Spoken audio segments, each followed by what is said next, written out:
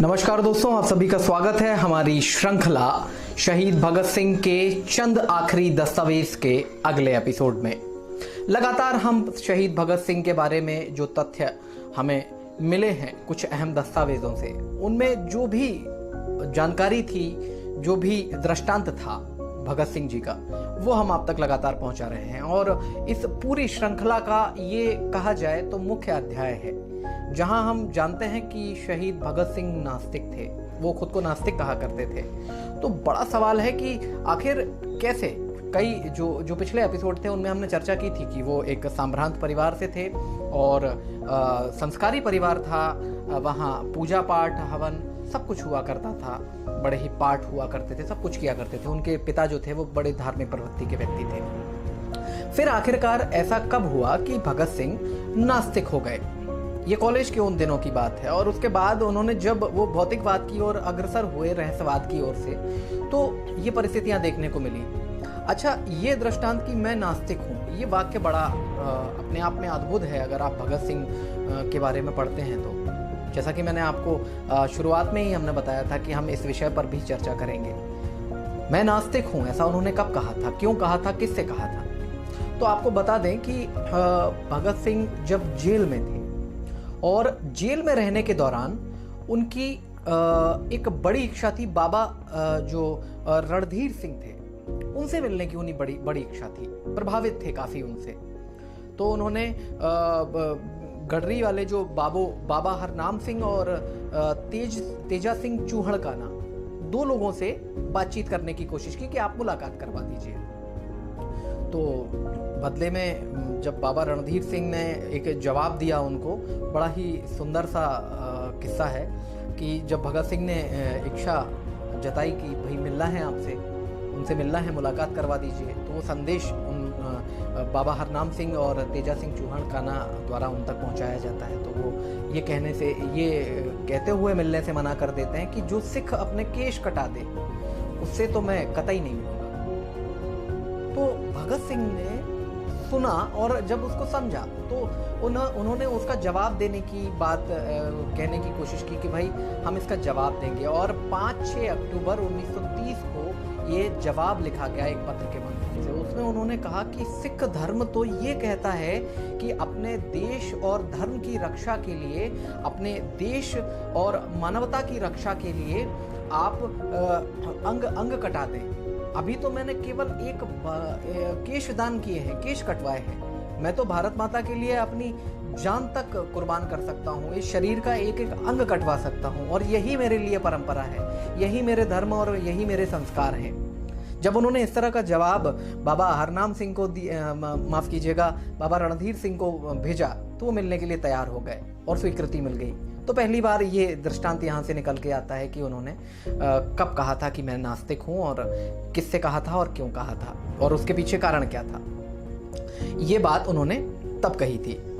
इसके अलावा वो कहते थे कि 2 तरीके हैं। उनके जो मित्र थे, जो दोस्त थे, वो बड़ा वहाँ पर एक सवाल उपजता था कि आप सफल हो गए हैं, आप एक बड़े क्रांतिकारी हो गए हैं, तो आप में अहंकार भर गया है, आप अपने आप को सर्वस्व मानते हैं, इसलिए आपने ईश्वर को नकार दिया है और ईश्वर की अवधारणा को मानने से ही इनकार कर दिया है। तो ऐसी स्थिति में वो बड़ा प्यारा सा जवाब देते हैं कि ईश्वर को मैं नास्तिक हूँ, इस बात के मैं ये बात तो कहता हूँ, लेकिन 2 चीज़ें निकल करके आती हैं कि जब मैं कहता हूँ कि ईश्वर नहीं है, या फिर दूसरे तरीके से इसको डिफाइन किया जाए तो या तो आप ईश्वर के प्रतिद्वंदी बन जाएं। अगर आप ईश्वर से अपने आप को ऊपर मानते हैं और अगर मैं अहंकारी हूं, तो इस स्थिति में तो 2 ही तरीके हैं कि या तो मैं स्वयं को ईश्वर का प्रतिद्वंदी मानूं, इस अवस्था में मैं ईश्वर के अस्तित्व को नहीं नकार सकता, और दूसरी चीज, अगर मैं ये कहूं कि मैं ही ईश्वर हूं, तो भी मुझे मानना पड़ेगा कि ईश्वर जैसी कोई चीज तो है जो सर्वशक्तिशाली है। तो दोनों स्थितियों में हम ईश्वर के अस्तित्व को स्वीकार करते हैं। अगर मैं अहंकारी हूं तो ये बातें निकल करके आनी चाहिए, लेकिन ये बातें तो निकल करके आती ही नहीं, क्योंकि मैं तो यही कहता हूं कि वो है ही नहीं, अस्तित्व ही नहीं है। और इसके अलावा इतने सटीक सवाल वो ईश्वर की अवधारणा के ऊपर पूछते हैं जिनका जवाब शायद आज भी नहीं होगा। आप भी गौर से सुनिएगा। वो कहते थे कि दुनिया भर में इतने तमाम धर्म हैं, अलग अलग देश हैं, अलग अलग संप्रदाय हैं, अलग अलग मत, पंथ, भाषा, भाषाई क्षेत्र, सब कुछ है और सबके ईश्वर अलग अलग हैं। सब अलग अलग ईश्वर को मानते हैं। धर्मों के बीच हमेशा से लड़ाइयां छिड़ी रही हैं, वर्चस्व की, सामंजस्य की करने की कोशिश कभी नहीं की गई। तो ऐसा कैसा ईश्वर है जो जब उसके उपजाए हुए सभी धर्म हैं तो वो उनके बीच में सामंजस्य क्यों नहीं बिठा पा रहा है? क्यों उसे दिक्कत हो रही है? फिर कैसा ईश्वर है? वो कहते थे कि चारवाक बहुत पहले एक स्वतंत्र विचारक हुए हैं, उन्होंने तो बहुत पहले ही ईश्वर के अस्तित्व को नकार दिया था। अपटन सिंक्लेयर बहुत बड़े विद्वान हुए, वो उनकी एक किंवदंती का जिक्र किया करते थे कि जो रहस्यवाद की बात करते थे ना कि आप किसी को भी मतलब आपकी कोई समस्या नहीं सुलझ रही है तो उसके कारण आप ईश्वर को बता दीजिए, तो एक आपके पास उपाय है कि आपने अपनी कमी को ढक लिया। तो अपटन सिंक्लेयर एक बहुत बड़े विचारक हुए, वो उनकी किंवदंती को बार बार दोहराया करते थे कि आप व्यक्ति को, किसी भी मनुष्य को अमरता में विश्वास दिला दो और उसका सब कुछ लूट लो, सहज हो जाएगा सब कुछ लूटना। भगत सिंह जी ईश्वर की अवधारणा जब उनको बताई जाती थी वो कहते थे कि विश्वास करो भाई ईश्वर तो है। तो बड़े अलग से सवाल पूछा करते थे। एक सवाल तो मैंने आपको बताया कि वो धर्म के बीच में अगर इतने धर्म हैं तो उनके बीच में क्यों सामंजस्य नहीं बिठा पा रहा है आपका ईश्वर। उसके अलावा एक सवाल और उनका था कि अगर वो सर्वशक्तिमान है और उसे तो फिर ये भी पता होगा कि पाप होने वाला है, तो वो पाप के बाद दंडित क्यों करता है? पाप करने से पहले ही आदमी को क्यों नहीं रोक लेता अगर वो सर्वशक्तिमान है? और अगर आपका जवाब है कि नहीं, यही प्रकृति का नियम है कि जो जैसा करेगा वैसा भरेगा, उसको अपने पापों का दंड भुगतना पड़ेगा, ये नियम है, तो वो अगले सवाल पे आ जाते थे। वो कहते थे कि अगर आपका ईश्वर नियमों में बंधा है तो वो सर्वशक्तिमान कैसे हुआ? जो सर्वशक्तिमान है वो बंधा हुआ कैसे हो सकता है भाई?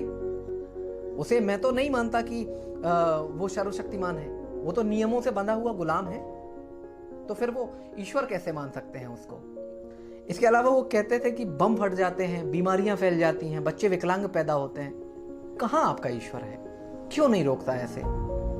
अगर आप ईश्वर को पिता की अवधारणा से के ऊपर ले जाते हैं या पिता की उपाधि देते हैं, तो पिता तो कभी नहीं चाहता कि बच्चों का अहित हो, कुछ भी अलग हो। जो कि उन्होंने कहा था कि ईश्वर से बस केवल एक सांत्वना देने वाला आधार मिल जाता है।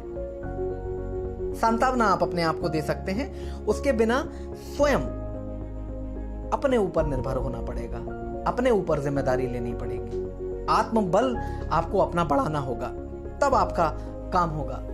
भक्ति कोई ये भक्ति का स्वरूप नहीं है, ये कामचोरी और मक्कारी का स्वरूप है कि आप अपने किए का पूरा कारण किसी और को बता दें कि ईश्वर की यही इच्छा थी। वो उस काल में जो कुछ चल रहा था, जो भी चल रहा था, अंग्रेज हमारे ऊपर शासन कर रहे थे, तो वो जब उनके क्रांतिकारियों जो साथी मित्र थे उनसे विचार विमर्श होता था, वो कहते थे कि भाई अंग्रेज हमारे ऊपर शासन कर रहे हैं, ये आपके ईश्वर की इच्छा नहीं है। अगर आप सोचते हो कि ईश्वर की यही इच्छा, ईश्वर की इच्छा नहीं है। अंग्रेजों के पास ताकत है और हमारे पास उनका विरोध करने की शक्ति नहीं है, इसलिए वो हम पर राज कर रहे हैं। ना कि आप इस बात को ये लेके कह के निकल जाओ कि ये ईश्वर की इच्छा है और उसको मान लो। नहीं, ये नहीं माना जा सकता। ईश्वर के बारे में मेरा ये विचार है, ये शब्दशः जो उन्होंने कहा था वो मैं आपके सामने रख रहा हूं कि उन्होंने कहा कि ईश्वर के बारे में मेरा विचार ये है कि कठिन समय में, जो भी आपका कठिन समय आता है, उसमें आत्मबल बढ़ाने के लिए ईश्वर जैसे एक तत्व की रचना की गई, इसके अलावा और कुछ भी नहीं है। इसके साथ ही वो कहते थे, जब उनसे कहा गया अंतिम समय में कि प्रार्थना करो और ईश्वर में विश्वास करो, तो वो कहते थे कि भाई जब मैंने जन्म जिंदगी ईश्वर को नहीं माना तो आखिरी समय में मैं क्यों मानूं? मुझे जिस व्यक्ति में आत्मबल है वो किसी के पास कुछ मांगने नहीं जाएगा और मैं प्रार्थना करके स्वयं को कमजोर साबित नहीं कर सकता। जिसे स्वयं पर विश्वास है उसे किसी और पर विश्वास करने की कोई आवश्यकता नहीं है। ये दृष्टांत उनका था। बड़ा ही रोचक ये किस्सा, जो सवाल मैंने आपके सामने रखे हैं, इनको आप सोचिएगा जरूर कि वो क्या गलत कहते थे। क्रांतिकारी थे, लेकिन दार्शनिक तो शायद उनसे बड़ा कोई हुआ हो उस युग में। सटीक व्याख्या करते थे, सटीक प्रश्न थे। आप गौर करके देख लो कि जिस तरह से वो कह रहे हैं कि अंग्रेज हमारे ऊपर शासन कर रहे हैं, तो ये अंग्रेजों की उपलब्धि है, ना कि ईश्वर की इच्छा है। ऐसा कोई कैसे कह सकता है? इसके लिए भरोसा होना चाहिए। वो बताते थे कि आत्मसम्मान और अहंकार में फर्क होता है। ये अहंकार नहीं है कि मैं ईश्वर को नहीं मानता, क्योंकि मैं ना तो उसका प्रतिद्वंदी हूं, ना मैं स्वयं ईश्वर हूं। मैं तो ईश्वर जैसी किसी अवधारणा या किसी तत्व को से मेरा परिचय ही नहीं है। ऐसा कह पाना बहुत हिम्मत की बात है। और उस दौर में और उस उम्र में सोचिए, तभी वो एक सच्चे क्रांतिकारी सफल हो पाए। दर्शन उनका बहुत अच्छा था, भौतिकवादी थे, रहस्यवाद को तो सिरे से खारिज कर देते थे। तो मुझे उम्मीद है कि ये जो सवाल हैं आपके जहन में बैठेंगे और इनके बाद आप सोचेंगे कि भगत सिंह जी ने क्या कुछ कहने की कोशिश की थी, क्यों वो इतनी सटीकता से कहते थे कि मैं नास्तिक हूं। आप भी सोचिएगा, ये पक्ष उनका आपके सामने रखना बहुत जरूरी था, क्योंकि इस लाइन से इसकी पूर्ति नहीं होती कि मैं नास्तिक हूं, बात खत्म हो गई, हमने ईश्वर को मानने से इनकार कर दिया।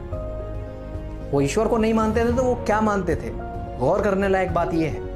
इसलिए मैंने अपने युवा साथियों के सामने ये बात रखी है, ताकि आप भी जान सकें युवाओं में जो जोश भरने वाली भगत सिंह की युक्ति है, जहां सामंजस्य है, जहां संतुलन है, केवल क्रांति और विद्रोह नहीं, सामंजस्य है, संतुलन है, समझ है, समर्पण है, सब कुछ है। पढ़िए आप अगर आपको मौका मिले तो, और समझने की कोशिश कीजिए। और आज के इस युग में क्या महती आवश्यकताएं हैं, उनमें आप क्या बदलाव कर सकते हैं, उस पर भी आप बात करें, समझें और उसको बदलने का प्रयास करें। हमारे इस एपिसोड में फिलहाल इतना ही। अगले भाग के साथ हम जल्द आपसे आकर के मिलेंगे। तब तक के लिए मुझे दीजिए इजाजत। बहुत बहुत शुक्रिया, बहुत बहुत धन्यवाद।